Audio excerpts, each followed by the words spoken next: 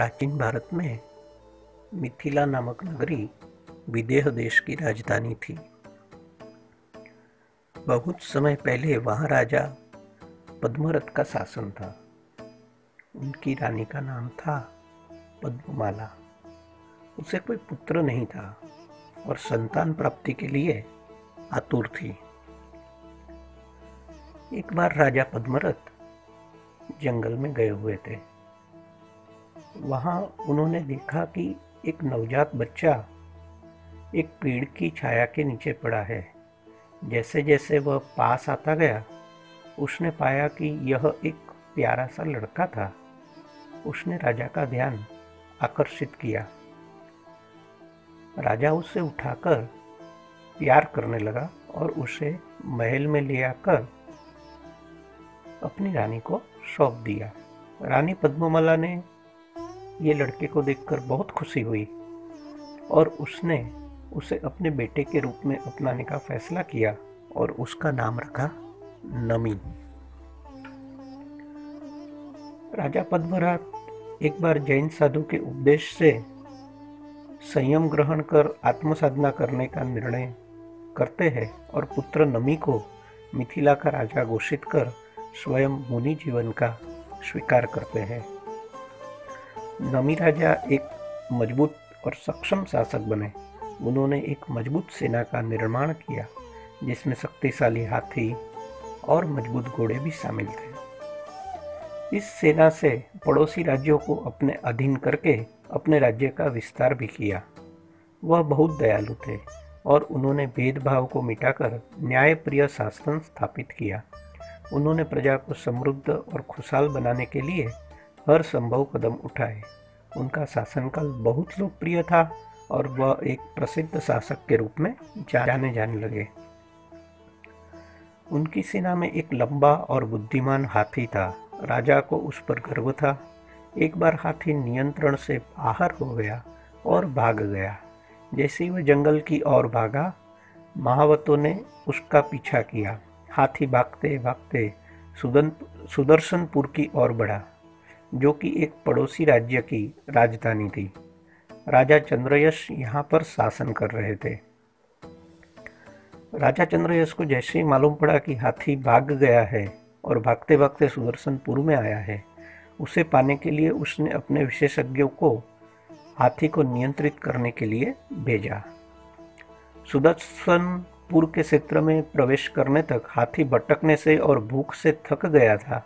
इसलिए सुदर्शनपुर के महावतों ने आसानी से उसे अपने अधीन कर लिया। जैसे ही नमी राजा ने अपने हाथी को पकड़ने के बारे में जाना, उन्होंने चंद्रयश राजा को हाथी को मिथिला को लौटाने का संदेश भेजा। चंद्रयश को अपनी ताकत पर गर्व था और उसने अनुपालन करने से साफ इनकार कर दिया। तत्पश्चात नमी राजा ने सेना की एक बड़ी टुकड़ी ली और सुदर्शनपुर पर आक्रमण किया। महाराजा चंद्रयश जानते थे कि उनकी सेना खुली लड़ाई में मिथिला नरेश नमी राजा की सेना के सामने एक दिन भी नहीं टिक पाएगी। उनकी राजधानी में हालांकि एक मजबूत किला था। उन्होंने अपने गढ़ के फाटकों को बंद कर दिया और खुद को भीतर सुरक्षित कर लिया। वहां से उन्होंने दुर्जय हमलावर सेना का सफलतापूर्वक प्रतिरोध किया और उसे शहर में प्रवेश करने से रोक दिया। नमी राजा ने उसे किले को खोलने के लिए मजबूर करने की पूरी कोशिश की, लेकिन लंबे समय तक कोई परिणाम नहीं आया। एक बार जब नमी राजा शिविर में बैठे हुए अपनी रणनीति की योजना बना रहे थे, उन्होंने देखा कि एक आदरणीय साध्वी जी उनके शिविर में आ रही है। उन्होंने अपने सिंहासन से उठकर उनको वंदन किया, फिर उनसे अनुरोध किया कि उनका युद्ध भूमि में आने का प्रयोजन क्या है। तब साध्वी जी ने बताया वह दोनों भाइयों के बीच हो रहे भयावह युद्ध को रोकने के लिए वहां आई थी। नमी राजा उन शब्दों को सुनकर चकित हुआ, क्योंकि वह जानता था कि चंद्रयश किसी भी तरह से उससे संबंधित नहीं था। किंतु नमी राजा ने सोचा कि जैन साध्वी जी कभी झूठ नहीं बोलते, किंतु युद्ध को छोड़ देना यह भी कायरता माना जाएगा। किंतु साध्वी जी ने नमी राजा को समझाया कि चंद्रयश उनके सगे भाई है और वह नहीं चाहती कि दोनों भाई एक हाथी की खातिर लड़े, और संक्षिप्त में उन्होंने पूरा इतिहास बताया। चंद्रयश राजा पहले मणिरथ सुदर्शनपुर के राजा थे। उनका कोई पुत्र नहीं था, इसलिए उनके भाई युगबाहु को राजकुमार के रूप में नामित किया गया था। युगबाहु की एक सुंदर पत्नी थी जिसका नाम मदन रेखा था। उनको चंद्रयश नाम का पुत्र भी था। कुछ वर्षों के बाद मदन रेखा एक बार फिर गर्भवती हुई और राजा मणिरथ को अपने भाई के सौभाग्य से ईर्ष्या हो रही थी और मदन रेखा को पत्नी के रूप में पाने की कामना भी थी। राजा मणिरथ गर्भावस्था में सुंदर दिख रही मदन रेखा को देखकर अधिक मोहग्रस्त हो गए। राजा मणिरथ अधीर हो गए थे। उसने सोचा कि जब तक युगबाहु जीवित रहेगा तब तक वह अंतराय बनेगा। मदन रेखा को हासिल करने के लिए उसने युगबाहु को बुरी तरह से घायल कर दिया। मदन रेखा को अपने आप को वासनापूर्ण मणिरथ से बचाने के लिए जंगल की ओर भागना पड़ा। जंगल में उसको प्रसव हुआ और एक प्यारे से बेटे को जन्म दिया। कहाँ राजमहल और कहाँ जंगल, मदन रेखा सोची रही थी। तभी थोड़ी देर में जैसे ही उसने पास आ रही आवाज़ सुनी, वह घबरा गई कि शायद राजा मणिरथ उसका पीछा तो नहीं कर रहा। वह तय नहीं कर पा रही थी कि क्या करे, इसलिए उसने बच्चे को एक पेड़ के नीचे छोड़ दिया और खुद बगल की झाड़ियों में छुप गई। उसने देखा कि वहाँ मिथिला के राजा पद्मरथ थे और बहुत सावधानी से पेड़ की छांव में पड़े हुए अकेले बच्चे को उठाकर अपने साथ ले गए। मदन रेखा जानती थी कि वह खुद बच्चे को पालने की स्थिति में नहीं है। बाद में वह एक पास वाले शहर में चली गई और संसार के संबंधों की असारता देखकर संयम का स्वीकार किया। जिस बच्चे को उसने छोड़ा था वह और कोई नहीं किंतु नमी राजा स्वयं थे। बाद में उसे पता चला कि उसके पति की मृत्यु के बाद मणिरथ की भी सांप के काटने से मृत्यु हो गई थी और उसके बेटे चंद्रयश को सुदर्शनपुर का राजा बनाया गया था। साध्वी जी ने यह बात बताकर कहा, मैं ही मदन रेखा हूँ और नमी राजा चंद्रयश राजा आपके बड़े भाई है। तब नमी राजा ने युद्ध समाप्त कर अपने बड़े भाई चंद्रयश महाराजा के पास जाकर श्रमा याचना कर सारी बात समझाई। महाराजा चंद्रयश ने भी संसार की असारता को समझकर अपने छोटे भाई नमी राजा को सुदर्शनपुर का साम्राज्य सुप्रत कर खुद संयम ग्रहण किया। उसके बाद भी लंबे समय तक नमी राजा ने शासन किया। एक बार नमी राजा को शरीर में जलन होने लगी और वेदना सतत बढ़ती गई। यह दाह नमी राजा सहन नहीं कर पा रहे थे। सभी रानियां बेचैन थी। उनसे राजा का यह दर्द देखा नहीं जा रहा था। वैद्य ने उपाय बताया कि चंदन घिसकर उसका विलेपन करने से साता मिलेगी। रानियों ने खुद कठण पत्थर पर चंदन घिसना शुरू किया, जिससे उनके हाथों की चूड़ियों में झंझनाहट की आवाज़ हुई। सभी रानियों की चूड़ियों से उठने वाली आवाज़ ने एक तरह की उथल पुथल मचा दी, जिससे नमी राजा दर्द के कारण सहन नहीं कर पाए।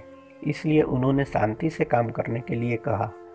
इसके बाद रानियों ने प्रत्येक हाथ पर केवल एक एक सौभाग्य के चूड़ी रखी और बाकी को हटा दिया। आवाज़ पूरी तरह से बंद हो गया। नमी राजा को शांति पसंद थी, लेकिन उन्हें प्रश्न हुआ कि क्या रानियों ने चंदन घिसना बंद कर दिया। रानियों ने जवाब दिया कि चंदन तो घिस रहे हैं, लेकिन अब शोर नहीं हो रहा है, क्योंकि उन्होंने प्रत्येक हाथ पर केवल एक एक चूड़ी को रखा था। नमी राजा ने एकत्व भावना का चिंतन किया। बहुलता ने अनावश्यक उद्यम और हलचल को जन्म दिया, जबकि शांति तो एकांत में थी। उन्होंने महसूस किया कि अंततः हर एक को संसार से अकेले ही छोड़ना होगा। उस समय सभी सांसारिक संबंध का वास्तविक उद्देश्य व्यर्थ है।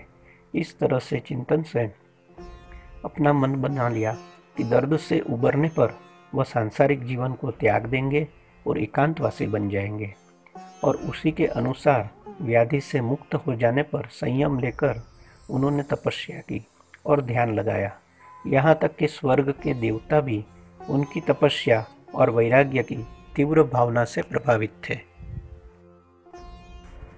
एक बार स्वर्ग के राजा इंद्र ने उनकी त्याग और वैराग्य की भावना का परीक्षण करने का फैसला किया। एक पढ़े लिखे विद्वान ब्राह्मण का रूप लेकर वह उस स्थान पर आ गए जहाँ नमी राजा तपस्या कर रहे थे। एक के बाद एक उसने नमी राजा को माया करके बताया कि उनके वैराग्य से मिथिला में उनके परिवार और प्रजाजन सभी उदास है। मिथिला में भयंकर आग लगी हुई है। मिथिला पूरी तरह से असुरक्षित है। मिथिला की प्रजा चोरों और अन्य अपराधियों द्वारा पीड़ित है। उसके राज्याधिकारी नियमों का पालन नहीं कर रहे हैं। किंतु नमी राजर्षि बिल्कुल ही विचलित नहीं हुए और उन्होंने उत्तर दिया कि सब कुछ कर्म आधारित है और उनके हस्तक्षेप से कोई फर्क नहीं पड़ता है। मिथिलायाम दहग्नमानायाम न में दहति किंचन। तब इंद्र ने कहा कि यदि तपस्या का उद्देश्य आनंद प्राप्त करना है तो वह उनके लिए महलों और मनोरंजन के अन्य स्थानों का निर्माण करेंगे, जहां इस जीवन के दौरान ही सभी प्रकार के सुखों का आनंद ले सकेंगे। उन्होंने नमी राजा को पुण्य प्राप्त करने के लिए अनुष्ठान करने के लिए भी बताया, किंतु राजर्षि नमी दृढ़ता से अपनी साधना और ध्यान में मग्न रहे। अब इंद्र ने भिक्षा मांगने, त्यागमय जीवन, अन्य कष्टमय जीवन की आवश्यकता और उसकी ओर संकेत करके बताया कि मुनि जीवन और संयम वो उनके कार्य के बस की बात नहीं है। उनको विचलित करने का प्रयास किया। इंद्र और राजर्षि नमी के बीच का यह संवाद उत्तरा अध्ययन सूत्र के 9वें अध्याय में दिया गया है। इंद्र के प्रयासों में किसी का भी नमी राजा पर कोई प्रभाव नहीं हुआ और कहा कि वह खुशी से सांसारिक जीवन के क्षणिक सुखों का सहारा लेने की बजाय अकेले ही साधु जीवन को जीना पसंद करेंगे। तब इंद्र ने अपने प्रयासों की निर्थकता का एहसास हुआ और नमी राजर्षि की वैराग्य भावना को जानकर उन्हें नमन कर वापस अपने स्थान पर चले गए। राजर्षि नमी ने तब पूरी दृढ़ता के साथ अपनी तपस्या जारी रखी और अंततः कैवल्य ज्ञान की प्राप्ति कर नमी राजर्षि प्रत्येक बुध स्वयं संबुद्ध बने, सिद्ध पद प्राप्त कर मोक्ष में पधारे। नमो सिद्धाणम।